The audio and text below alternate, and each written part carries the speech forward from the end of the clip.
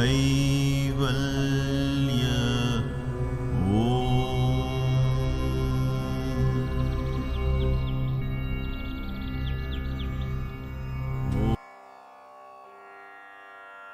Namaste and welcome to Kaivalya Yoga Gurukulam for the Kaivalya Marga class.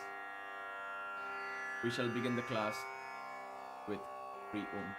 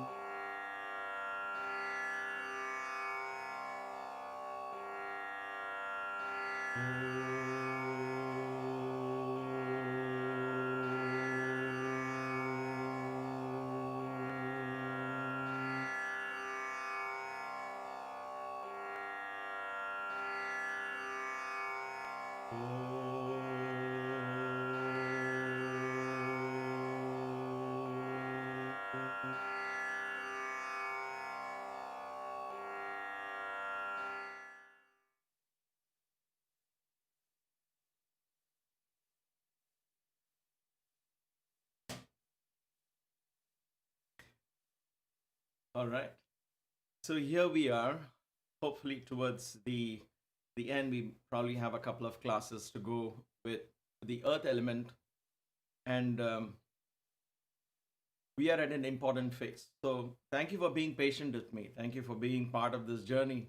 Like I had forewarned, if you will, earlier, that this will be slow paced. We're going to learn a little bit at a time, but a lot more in deep, so that the foundations that we build as we proceed further into yoga and the practice of yoga, studying all the um, practices surrounding yoga, and also principles of Vedanta. When we understand these 5 elements and all the implications as regards us, but that's where it all starts, right? How does it? What does it mean to me? And that's good. That's a good beginning point, and that's what yoga's focus is. If I can figure everything that happens within me, then I should be able to find my place in this universe and understand what's going around. Okay? So that's the whole idea. So it is in that connection today, in today's class, um, I am going to talk about certain practices that will now hone in, if you will, all this theory that we talked about. Okay. So before we go there, let's go to our favorite temple, the Ekambreshwar temple. No, I have no more videos to take you there, but just to reverentially pay homage in spirit to that place which resembles, which which is symbolic of the earth element, the Shivalinga, which Parvati worshipped many yugas ago in her own unique way and realized the Shiva consciousness. So much so that she became part of Shiva, a living energy of Shiva. So that is the story that this temple has. And I always believe that when we pay homage and reverence, that we are guided in the right direction. All right, today we are going to talk about bandhas. Bandhas, especially one or two of them, which are very particular, perhaps just one today, which is particularly related to the earth element. So the picture speaks and is equivalent to 1,000 words. What is a bandha? Bandha means a lock. Band karna. In Hindi, they say that from Hindi, the word bandha comes from the Sanskrit word bandha. For those of you who practice yogasanas, there are asanas which are baddha hasta, baddha, bandha, baddha. Baddha is locking. Baddha hasta means locking your hands this way, or this way you lock your hands. So baddha hasta, padmasana, baddha hasta, so many asanas are there with hands locked at the back and so on. So baddha, bandha, all of this means lock. So, in this particular bandha, which we have been doing as part of our yogic practice, and I wanted to make a special video a little more in detail, but we just didn't get a chance to do that. And hopefully, I'll do that towards for the next class and kind of wind up the earth element and move on from there. Let's see how the divine guides us. And that bandha that we have been doing is the moola bandha. We have been practicing lagu moola, the simple moola bandha, and I've been talking about contracting the perineum muscles and so on and so forth. And so we have kind of dabbled with it up till now, and all of us have some vague understanding of the moola bandha. But it is very important and very, very pertinent at this point that we need to take to stop for a moment and say, okay, you know what? I am understanding the earth element and I understand it's in the mooladhara. I know the moola, so I want to understand that place in my body very well. Moola bandha, the function of moola bandha is it provides a lock. What is that lock? What is it locking? What is it stopping? It's like a dam. The picture here is of a dam. So the dam is stopping the river or the water from flowing elsewhere, stopping, right? What is it stopping? When you pull the perineum muscles, for example, in Moola Bandha, what is it stopping? So the energy that is contained in our body, that we draw in from food, that we draw in from the sun, that we draw in from the earth as well, though that needs a lot of mindful attention for drawing the energy from the earth. That's why in the Tadasana practice, I began to introduce that practice because that's a very difficult practice. That's a very advanced practice, and only practice practicing can help you understand that because you're going against gravity. You're pulling the energy up. This is all energy getting consumed down from the sun, from the sound, and from the air, and from the food and everything. Easier for energy to go down. And so what happens is the energy that the body sustains, the life force, the prana, let us call it. This is not well. Okay, let's call it prana. Let's make it simple. Um, this prana tends to go down in course of time as another vayu. So there are different vayus, there are different air systems, different pressures that happen in the body. We will talk about that and understand that more in detail when I come to the air element. This is where teaching these things become tricky because they don't exist in watertight compartments. But bear with me. At this point, all we have to understand is part of our life force gets drawn down into the earth. And as it begins to sink into gravity, think of it this way. You are paying attention to my lecture, but I just go on and on and on and on and on. And 1 hour, 1.5 hours, 2 hours, you're looking at the clock. You're like, this is interesting. But after a point, even the best things, Amritam also becomes Visham. Even nectar becomes like poison. So after a while, what happens? Your mind tends, you can't hold anymore. That focus, attention can't be held anymore. The brain begins to sink, right? You just become drowsy because the body reflects that. You become drowsy. You're like, oh gosh, and you doze off. So we mentioned that as well in the one of the Prithvi videos as to why is it that we doze off in meditation? Why is it that we doze off? It is because that a part of our energy begins to sink into the earth. This is what aging itself is like that, right? The whole concept of our birth to death is slowly the earth begins to pull us back into her bosom. So Mother Earth begins to call us, and so we begin to slow down, we begin to hunch, and we slowly go lie down in the bed, and then slowly disappear. Our body disappears into the earth. So there is an energy that is left by itself, the energy will flow down. There is nothing wrong in it. This is exactly what it is. In meditation, in the yoga approach, all that I'm saying here is the Hatha Yoga approach, not the only one, not the best one. I don't claim any such things. I'm telling you what I learned, what I practice, and what has been taught to me, and what I believe is traditional practices of yoga. So in the yogic approach, what is attempted here is that consciousness, once it begins to drift down into the earth, the mind tends to get quote unquote tamasic. In other words, it becomes slothful. It becomes, you can't focus anymore. Drowsy is a good word. It becomes drowsy. It becomes like a cloudy sky. You can't see things. You can't focus. You can't chant. The mind begins to drift, almost like a dream state because you're going into deep sleep.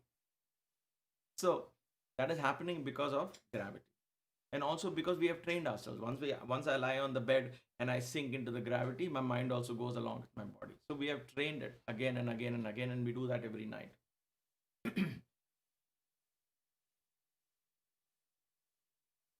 So let me see, some volume increase. Um, is this good? Let's see. Check, check, check. All right. Let's see. Hopefully this should be good. Is it good? I don't know. Let's see. All right. So what happens here is when we tend to meditate, after a while the body begins to drift, the mind begins to drift. So don't wait for it to fall asleep. Even the fact that I cannot hold it in focus, even in a single om, if you notice, when I start the om, by the time I'm ending the om, my mind is sometimes drifts off somewhere else unconditionally and then comes back uncontrollably and then comes back. So that happens because of this energy leaking into the earth through the body. So the yogis discovered a way to put a dam so that the energy, the gravity stops its influence upon the body and the mind. I'm using the word gravity very loosely, but that is the spirit of gravity that is drawing consciousness down. So like I said, it's good to be grounded, but too much of grounding will stop you from thinking. And in yoga, in yogic meditation, you want the awareness to awaken, the kundalini, if you will, to awaken. In other words, the divinity to awaken, right? The shakti that is lying in the mooladhara, the dormant potential divine energy that is lying in the base of the spine, needs to be awakened and moved upward. So if it has to go up, then we have to first stop it from the energy going down, our focus going down. We need a lot of energy to move things upwards.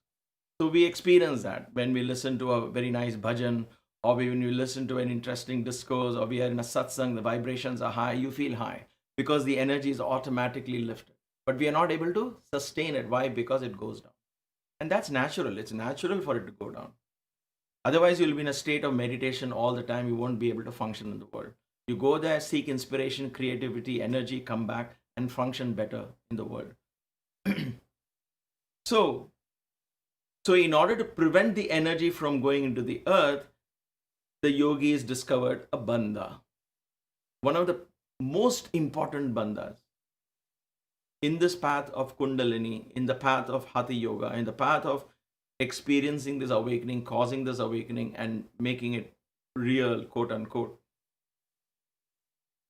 The bandha is called the moola bandha. Moola is the root.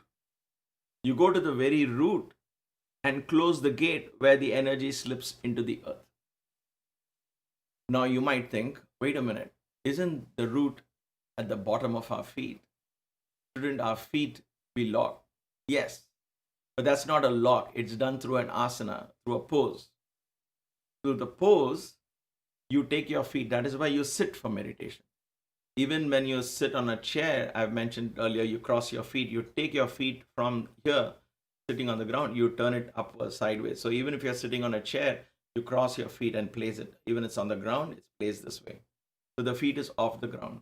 The energy is not into the earth. So that's the basis. But the actual, the feet is not the powerhouse, right?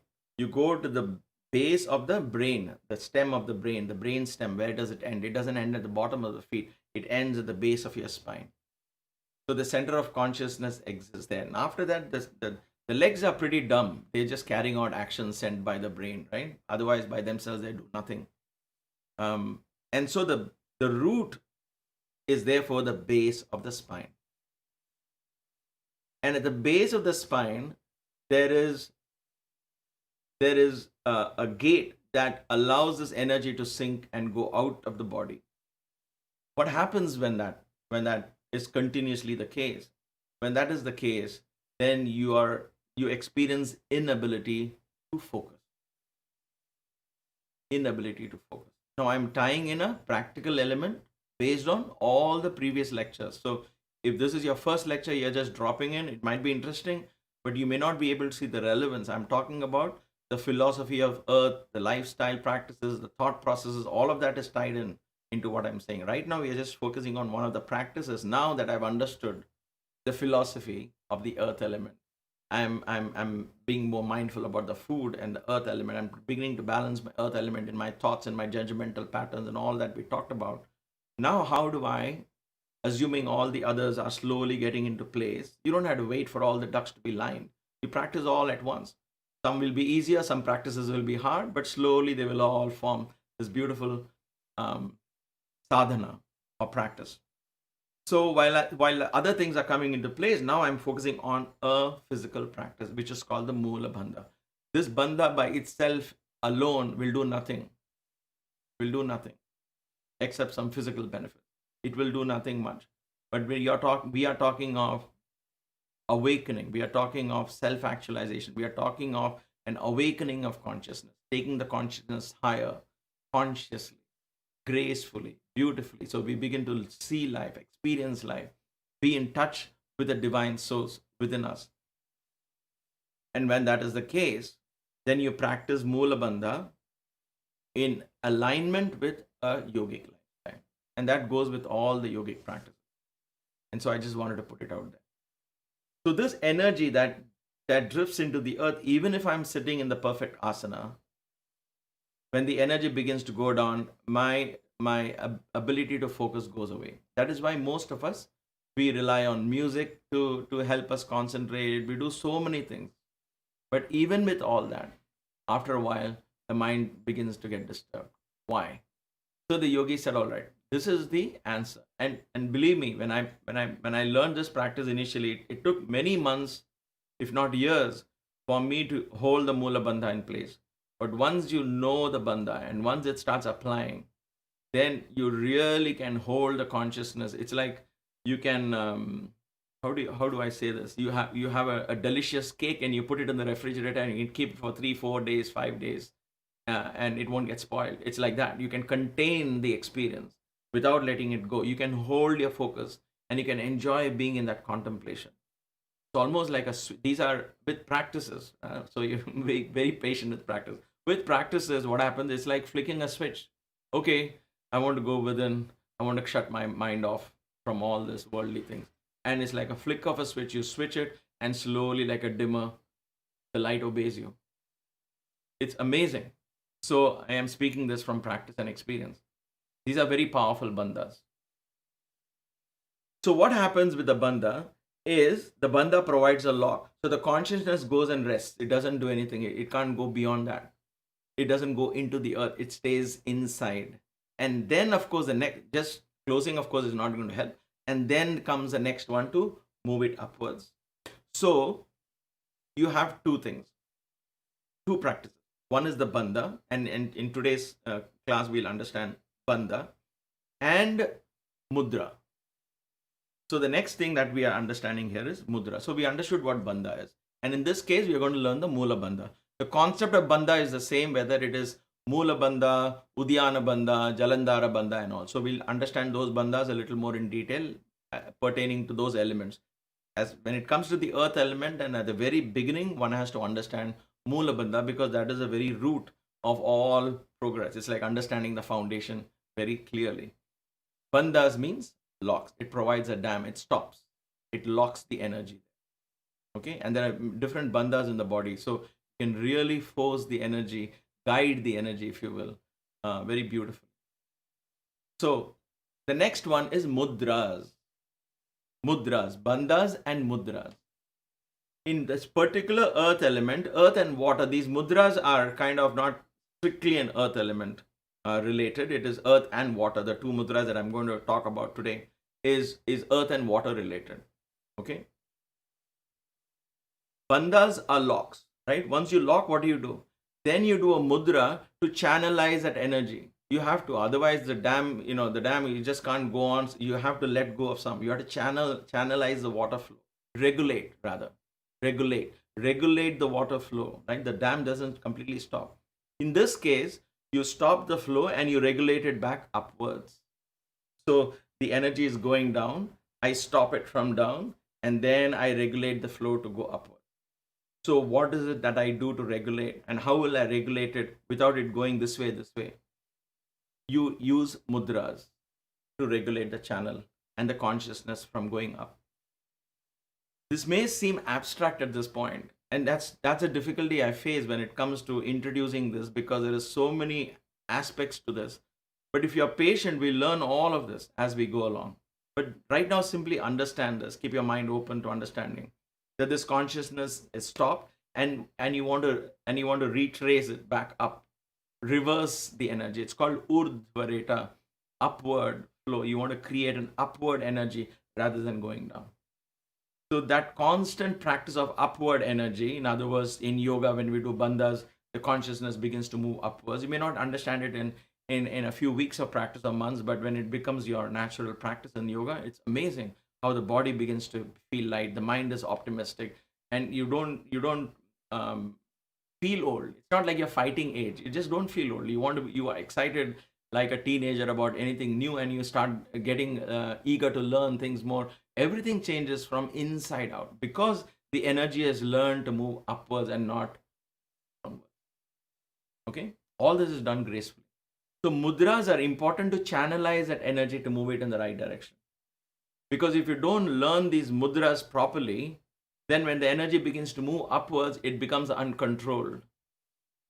And so you have issues with extreme fluctuations in your emotions, in your mind, in your habit patterns, in your addictions, and so on.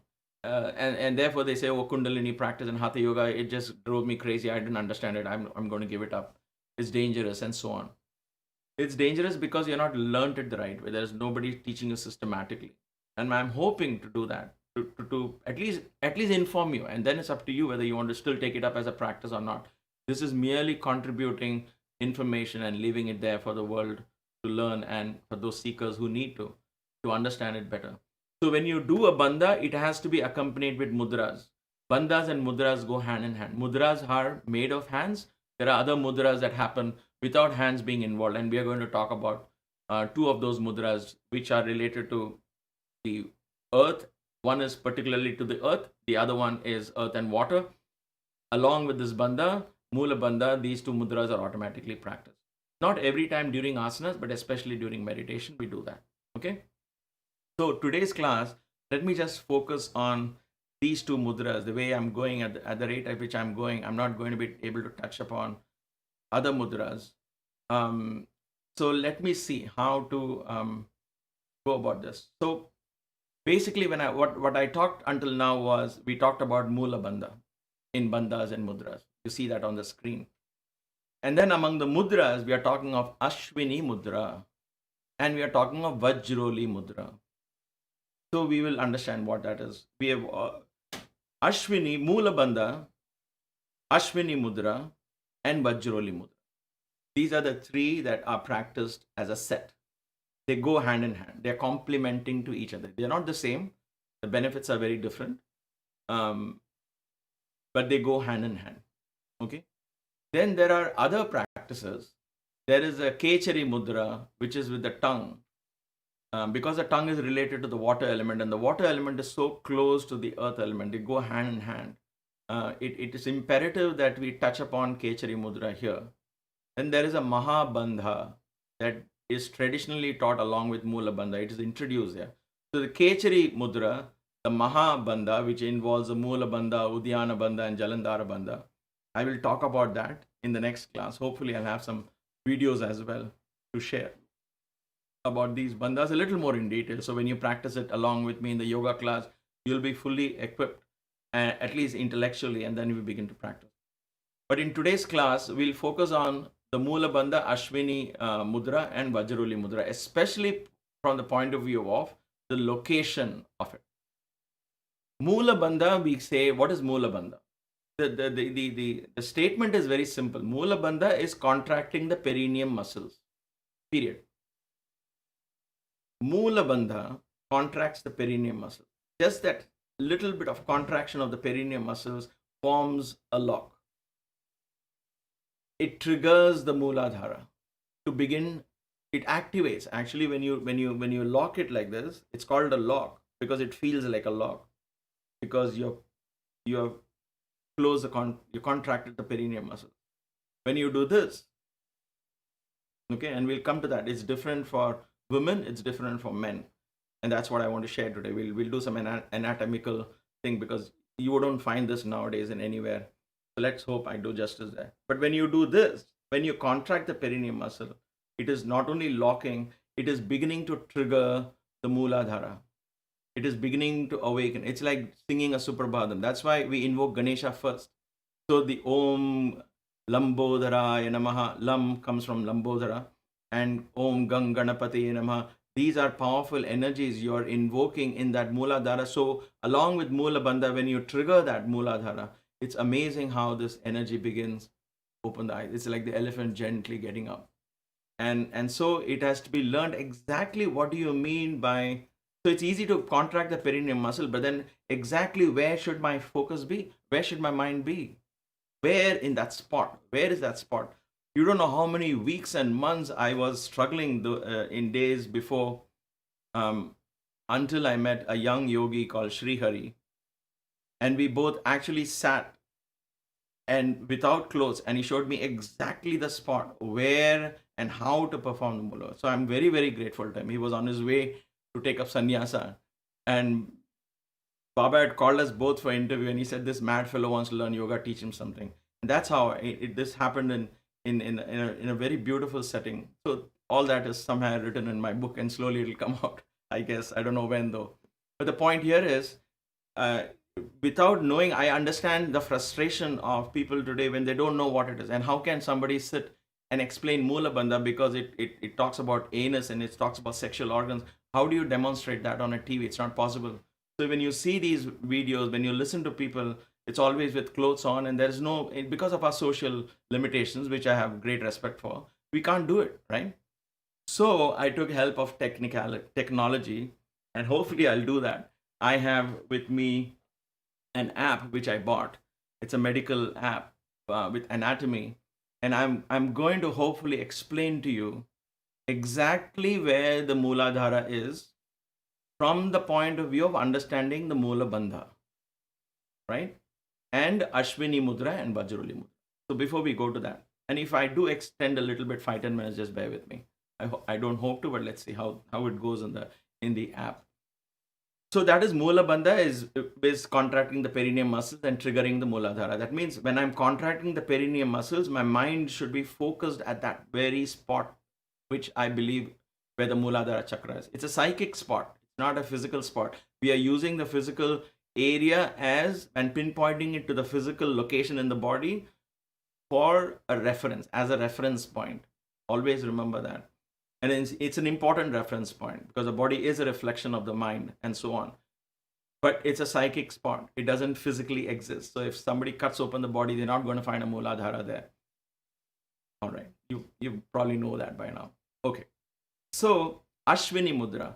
When you contract just the perineum muscle, which is between the anus and the genitals, Ashwini Mudra is where the anus alone is contracted. The anus is also contracted. So you can contract and release the anus. Ashwini is like the horse. If you ever notice the horse and the horse's backside, you can notice how easily the horse contracts and releases his anal muscles. So it is the same way. So Ashwini Mudra is done that. Ashwini Mudra, when you perform the Mooladhara, the Moola Bandha, Ashwini Mudra, when you do release it 3, 4, 5 times, and you relax, focus on the Mooladhara, again release it. We'll talk about that practice a little later. But when you do that, it begins to activate the Mooladhara. So all this in when you do this along with mantras, is a very powerful practice. It is called the mooladhara anusandhana.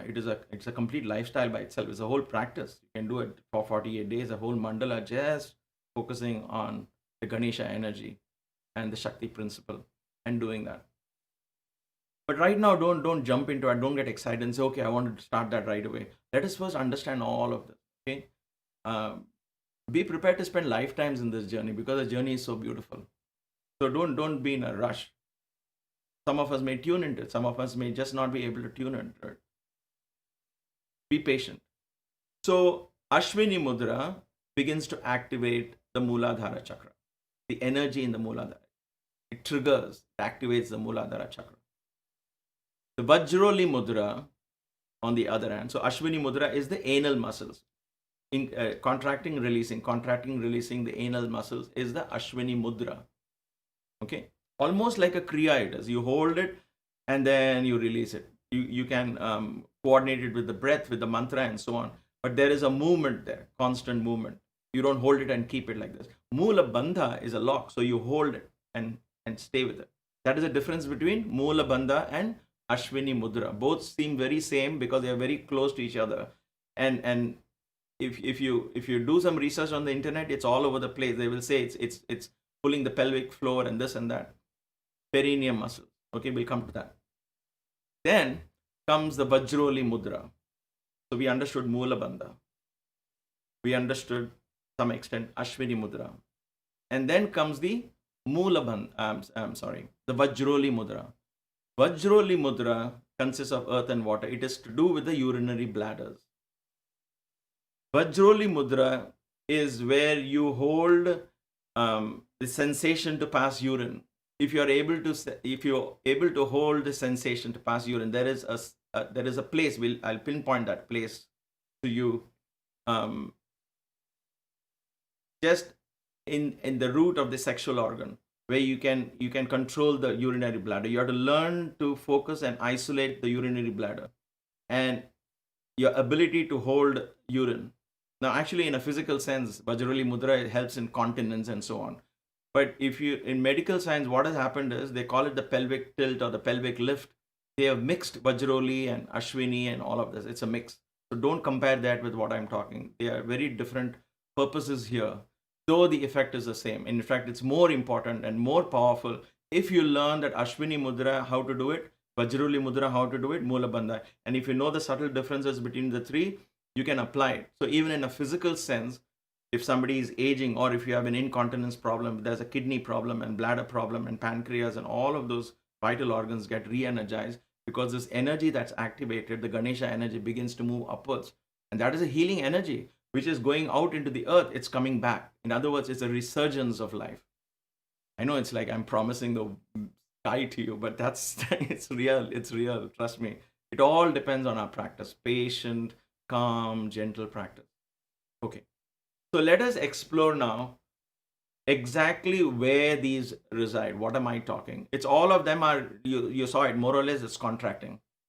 If I learn Vajroli Mudra, I'm able to hold back, pull urinary bladder, isolate the urinary bladder in my mind, focus. So a way to practice that is in urination. You can stop urine or you can hold it. It's not a good idea to hold back urine. You need to pass it out. But in general, when you want to practice, you can use that as a practice. And then you can use that same, once you learn to control that muscle, it's not an easy thing. It's a very, very difficult practice. Vajroli, it takes a while. Okay. So that's why you practice it when you feel like urinating, hold it a little bit and focus and try to see if you can focus that. And to a certain extent that you can hold it and move the urine back, and that feeling to pass urine should go away. That shows you have understood what it is. Anyway, that will come with practice. So once you understand that, then in meditation, we begin to use all that. You begin to use the Vajroli Mudra, Ashwini Mudra, and Moola bandha. But what are the easy ones? Moola bandha practice is easy. Ashwini Mudra practice is easy. Okay. But it doesn't mean that Vajroli Mudra, because it's going to take time, something wrong will happen. No. As long as you keep practicing that, slowly they will all fall in place. Your practice will become more effective. Until the Vajroli Mudra is learned, it will be less effective. That's all. There's nothing danger about this. Like I said, if anything, in the least case scenario, physically you will learn continence and all the health of the prostrate and all of that will be in good health. Okay. I will not talk about Kechari Mudra and all at this point. Let me go to the next slide, which will explain the where exactly it is. So this is, I'll come to the female section in a bit. This is the male section. So you have number 1, number 2, and number 3. The three things that we talked about. So the location where you see number 1, that is the Vajroli Mudra. Just at the root of the penis lies the ability to hold that sensation of things passing out, so you can hold back. So the Vajroli Mudra, as we will slowly revisit this as we practice. It has the power, because what happens in Moola Bandha is locking. Ashwini Mudra activates, but what is the mudra that is pulling things upwards? Vajroli Mudra begins to send the energy upwards, meaning towards the spine. You see all of that gently. If you see the number 2, the movement is towards the base of the spine. So all of that energy goes into the base of the spine and starts moving up. I'm using again spine as a reference point. I'll show you how it is more or less straight, but the idea here is just moves into the spine.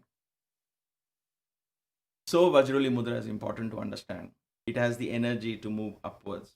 So that is number 1 in men, at the root of the penis. Then in between the penis and the anus, you have the perineum muscle. That's number 2. That's for the Moola Bandha. So number 2 in this diagram is the Moola Bandha. And of course, number 3 is the anal muscles themselves. So that is the Ashwini Mudra. Okay.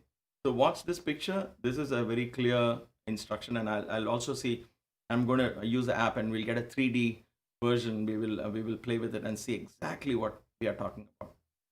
So hopefully this is clear. All right, let's come to the female anatomy.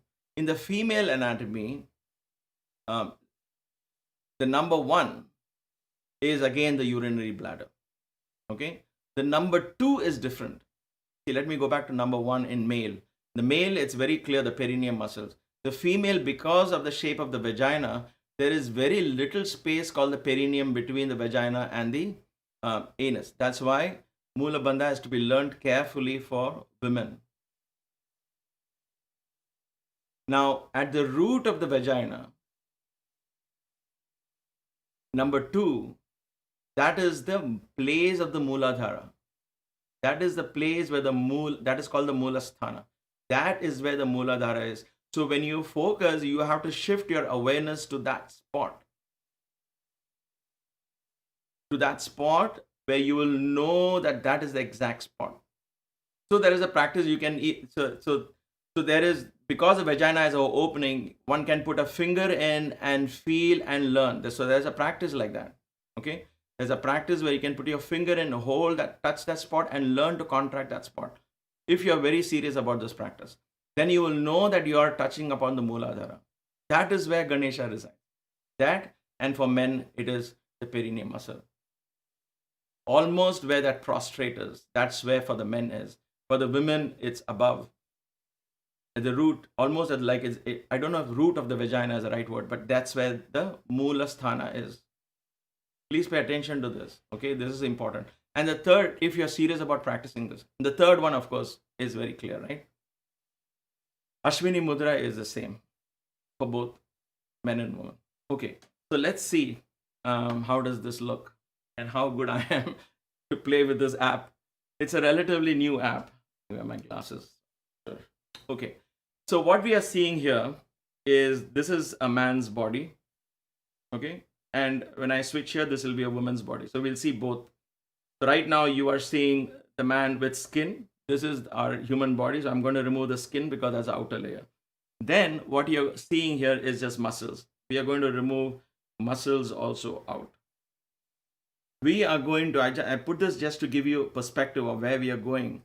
So we are going into the moolasthana here, right? So I'm going to bring in the sexual organ into the picture. And this is a pretty cool app. You will really know exactly what I'm talking about here. Okay.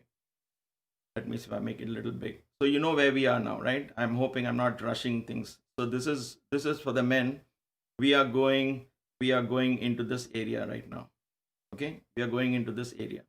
So let me close it now. And now, of course, the bones are coming in the way. So let me take off the bones. There you go. All right. We move it here. So it's this. Now with the bones, it look like this. Without the bones, a skeletal structure, we are removing it. So now you have this spot here, which is the Vajroli, the urinary bladder. So if I press this and remove, if I hit this like this, you see there is a thing that comes up and says it's a bladder. It's the left half. The left half because I'm seeing the side view here. If I touch that, it'll become the right half and so on. Okay, so I'm getting out of that. So I'm not giving you the front view. I'm turning it around, just like we saw in that diagram. You remember this diagram here? Let me see if I can quickly go back to that diagram. Here, men. Okay, there it is. So this was the men's. So see number 1 there, and keep that in mind and come to number 1 here. So number 1 here, if I were to draw, it'll be this, because that diagram there is not. This is more accurate. This is the urinary bladder we are talking about. That is the Vajroli. Let me put VAJ. That's the Vajroli. Okay. Now this app does not let me work with that writing, so I have to remove it. That's the Vajroli mudra. Let us go to the next one. The Ashwini mudra. Ashwini mudra is this. This is your anal muscle, right? If you put this here and you move it around, you'll see that we are looking at the anal muscle right here. Okay, so that is the Ashwini mudra situation. Now for men, what happens is, good. So now in the center here, in the center, I'm going to zoom in a little bit. This is our moolasthana. This, where the prostrate begins, base of that prostrate. This is the moolasthana for men. So we say, so this is the focus where it should be. But if I were to put, if I were to do this, right? If I were to do this, and I tell you this is the moolasthana, it is inside the skin, and therefore we say, if I do this now, and if I open up, okay, I'm still here, right? I've come close. If I touch this, look at that. It says male skin, perineum, right half. This is the left half. So that's the perineum muscle. That's the perineum muscle right there. That is what we are working on. Okay. So let me get that out and let me correct. So this moolasthana is important for us to understand where the mooladhara is. This is the mooladhara. Right here. This joint here, where the prostrate begins, is the mooladhara. It's fascinating if you notice, if I put this and I zoom out a little bit, it's fascinating. And why I keep saying that the spinal cord is a reference here. There is a reason why I say that. Okay. If I were to draw a line from the mooladhara, which is right in the center, it is like this. This is what the yogic scriptures talk about. It's a lotus stem that goes straight up, right through the center of the body. It is not the center by way of spine. It's not spine. Spine would, let me get my pen again. The spine would go like this. It will go like this. The Kundalini doesn't go like this. It is a straight, right from the base in the middle, goes straight up. And then here the lotus is there, the 1,000-petal lotus. So your chakras are all placed right in the center. And all of this is very subtle. Okay. So this is the mooladhara for men. So let's go to the women anatomy. Everything remains the same here. So let us go around here. Again, it's the skeletal, the pelvic area. You see the bones and all those L1, L2s and all of that. So let's get closer here and notice that there is no, you see that ladies know this better than I do, but here, see, there is not much space for you to really keep. That's why Siddhasana and all are not taught for women, because you're not supposed to press. This is birth happens. So you're not supposed to press this, and that'll actually damage it. So let me get out of this. Okay, you see how this looks now?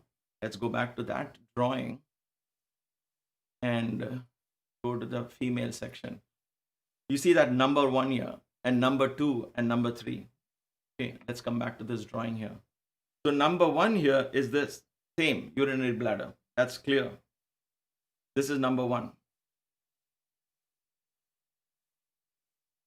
If this is the vagina, then this number 2, this number 3.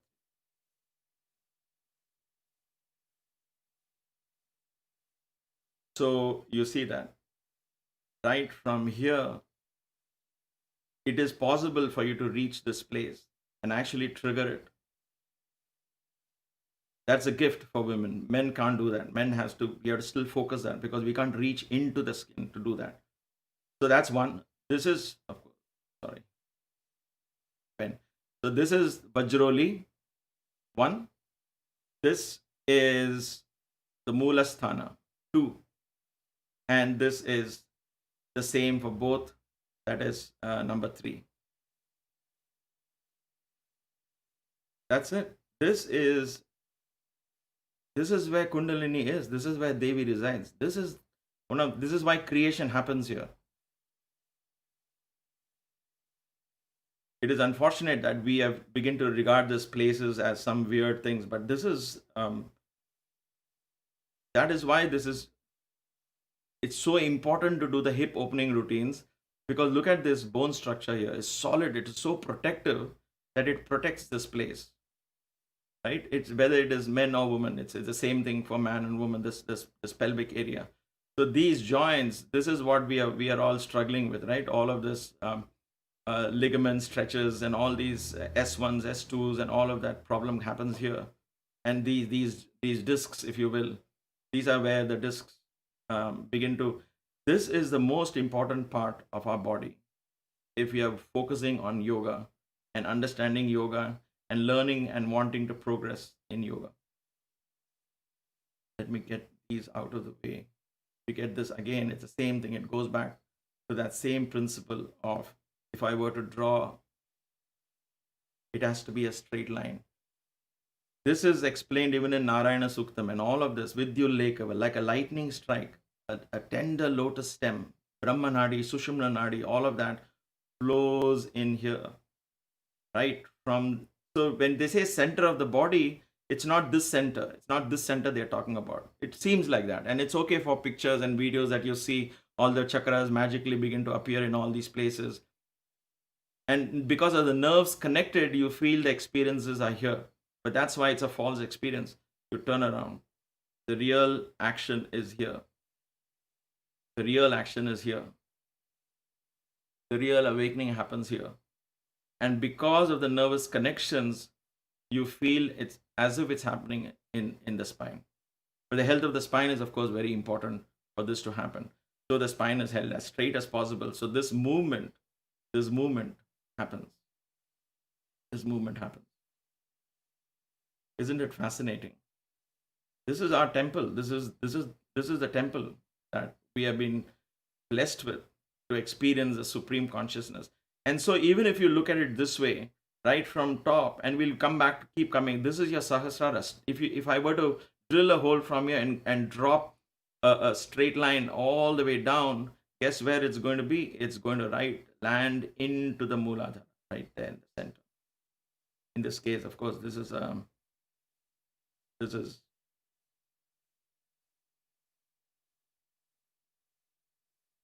right there in the center. So if I remove skeletal bone, you'll notice that right here in the center lies, because when I bring this here, it becomes more clearer. Right here, the mooladhara is right here. So fascinating. So fascinating. Okay. So hopefully I did some justice to this subject. Please do give me a feedback. Let me know what you thought of this demonstration.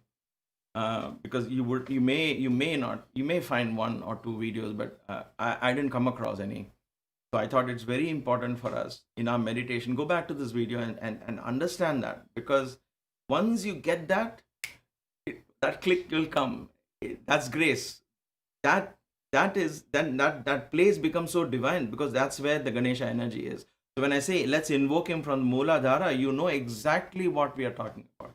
You should be able to go there and say that is the space where I want it.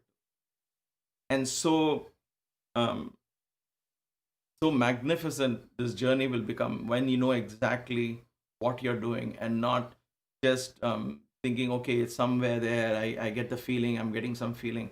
Be very clear. Put it in, make it in black and white. If the brain doesn't understand it, the mind doesn't understand it, go back into pictures, draw whatever it is you need to do. Even if you get a coloring book on anatomy, color it and make sure that picture becomes very clear. And when you go inside with these bandhas in place, you will be able to pinpoint with your mind, with your brain, you'll be able to pinpoint that particular muscle.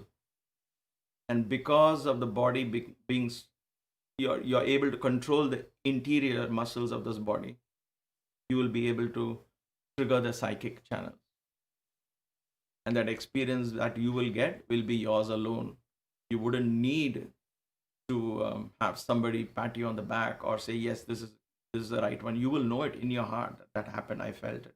I felt not it, I'm not talking about just feeling tingling sensations and all that. All that will come and go.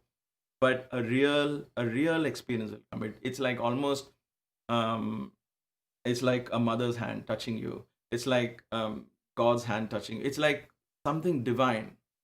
You will feel that exhilaration will fill your body. Even that slightest flutter in those chakras fills your body with so much exhilaration that you get into it's like a trance like state. You're like, oh, this is so wonderful. It is so blissful, so divine, unbelievable. So let me know if something like this will help in future. If you like it, if you didn't like it, was it too slow, too fast, I don't know. um, these are uh, subjects that I want to be very clear. Like I said, I want to leave this information and make it clear for everyone to understand, for those who are seriously willing to practice and understand what is mooladhara, where exactly is mooladhara. So we made an attempt today, in my opinion, to locate the moolasthana. Moolasthana means the sthana is the place where the mooladhara resides. Then what is the mooladhara, and all of that is psychic. That all comes in visualization. We'll come back to it as chakras. We'll approach that. Right now, for our practice of the moola bandha, you don't need to visualize the chakras or anything like that. You just need to first find your way home. Then you decide what to do in the interior of your home, what colors you want to paint. First, find your way back home. So, in other words, we are establishing a path in our practice. As you practice the moola bandha, you should now do your homework and slowly begin to isolate those particular muscles. When I say I'm doing Ashwini Mudra, I should have Moola Bandha in place and Ashwini Mudra in place. So that is relatively easy, trust me, right? I'm not asking you to stop Moola Bandha and do only Ashwini. That would be difficult. But what they say is first apply the Bandha, then Ashwini Mudra, and then Vajroli Mudra. Vajroli Mudra begins the practice of ascending the consciousness. That will come. All those happens with grace. I feel there's nothing else I can say. It just happens with grace. So all you need is to keep practicing. Thank you for your patience, and I'm glad this app didn't die on me and the connections didn't die, and hopefully I'll watch the video myself again to make sure I did justice. And your feedback will always be most welcome. Um, as always, if you are watching this for the first time, here is my phone number.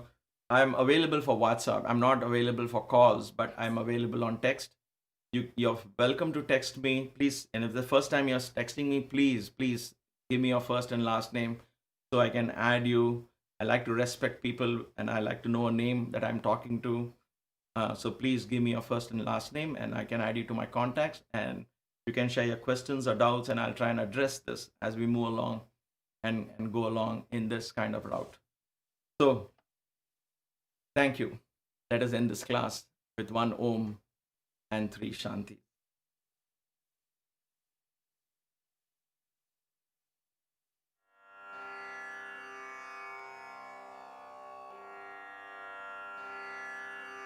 Om